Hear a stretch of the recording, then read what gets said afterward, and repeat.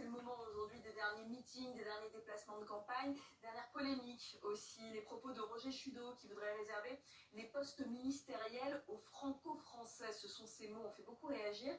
Il a même été désavoué par Marine Le Pen. Benjamin Berthaud. La polémique était encore vive sur ce projet du Rassemblement national d'interdire certains postes de la haute fonction publique aux binationaux. Sur notre antenne, le député RN Roger Chudeau est allé encore plus loin. Il cible l'ancienne ministre de l'Éducation nationale Najat Vallaud-Belkacem pour défendre une interdiction aux binationaux d'accéder à des postes de ministre. Elle a détruit le collège public, bien sûr, et surtout elle a voulu instituer au CP, au cours préparatoire, les cours d'arabe. Je pense que c'était une erreur et que c'était pas une bonne chose pour la République, voyez-vous. Je pense que les postes ministériels doivent être détenus par des franco-français, point final. Immédiatement, Roger Chudeau assure sur X que ses propos reflètent un avis personnel et n'engagent pas le Rassemblement national.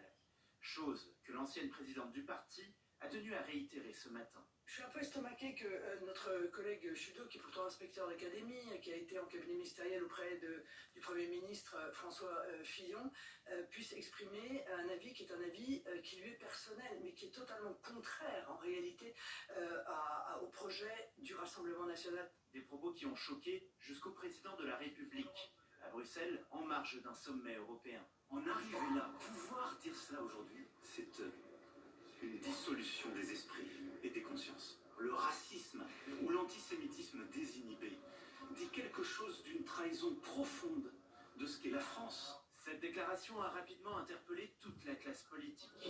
Le Premier ministre Gabriel Attal assure que le RN cherche à trier les Français. Sandrine Rousseau, quant à elle, a qualifié la sortie d'absolument scandaleuse.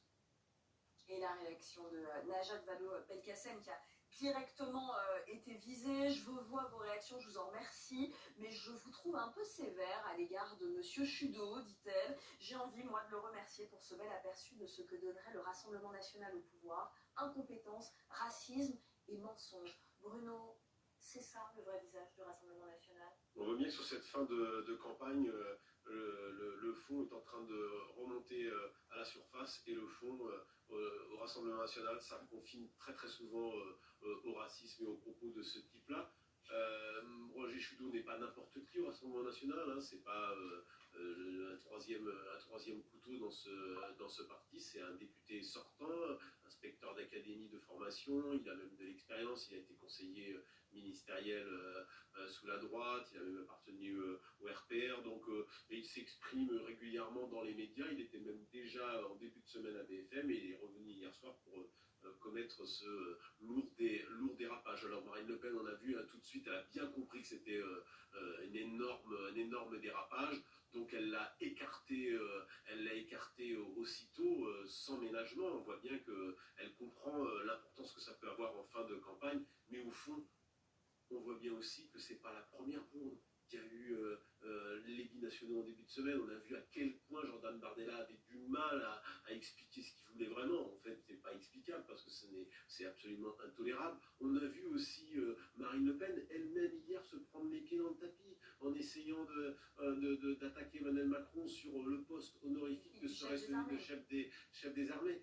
Grosse erreur là aussi, en plus elle se met elle-même en difficulté parce que ça voudrait dire qu'un jour elle aurait ce poste-là et elle serait dans une situation honorifique. J'y crois assez peu. En tous les cas, les propos racistes de M. Chudeau ont été pris comme tel par toute la classe politique, mais ça dit une chose, c'est que cette campagne est sans doute trop courte, que Emmanuel Macron a fait une erreur en la réduisant